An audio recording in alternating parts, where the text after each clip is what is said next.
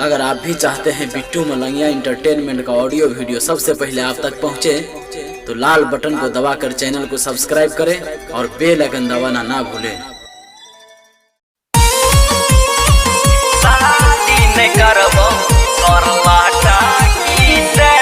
अपने सब सुन रहा छी बिट्टू मलंगिया इंटरटेनमेंट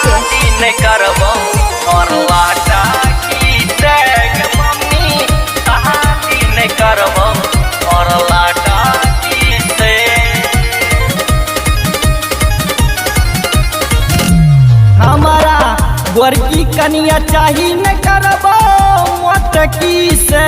हमारा गोरकी कनिया चाही न करबो मोटकी से। गे मम्मी शादी न करबो थोरलाटा की से। गे मम्मी शादी न करबो थोरलाटा की से। हमारा गोरकी कनिया चाही न करबो मोटकी से। गे मम्मी शादी न करबो थोरलाटा की से। गे मम्मी शादी न करबो थोरलाटा की से। गे मम्मी शादी न करबो थोरलाटा की से। शादी न करबो थोरलाटा की से।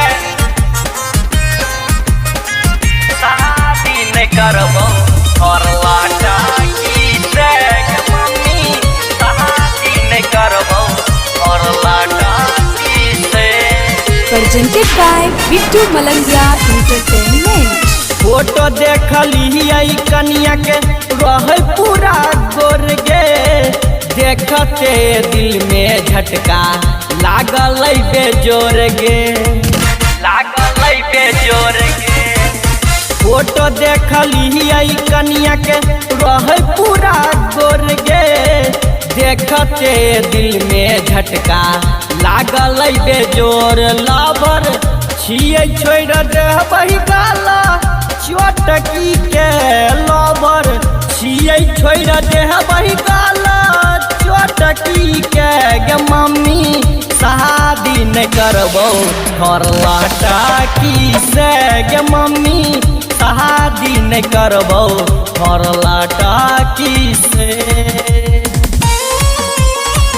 शादी न करबो थोरलाटा की से।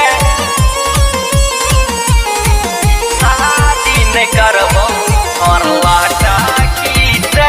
गे मम्मी शादी न करबो थोरलाटा की से। presented by Bittu Malangia Entertainment।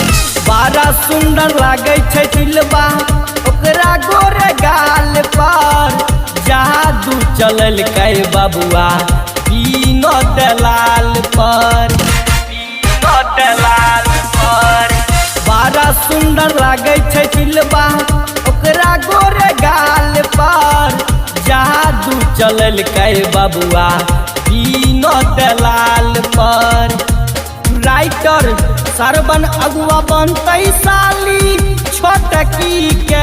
Writer Sarban अगुआ बनतै साली छोटकी के। गे मम्मी शादी न करबो थोरलाटा की से। गे मम्मी शादी न करबो थोरलाटा की से। हमारा गोरकी कनिया चाही न करबो मोटकी से। गे मम्मी शादी न करबो थोरलाटा की से। गे मम्मी शादी न करबो थोरलाटा की से। गे मम्मी शादी न करबो थोरलाटा की से। presented by Bittu Malangia Entertainment।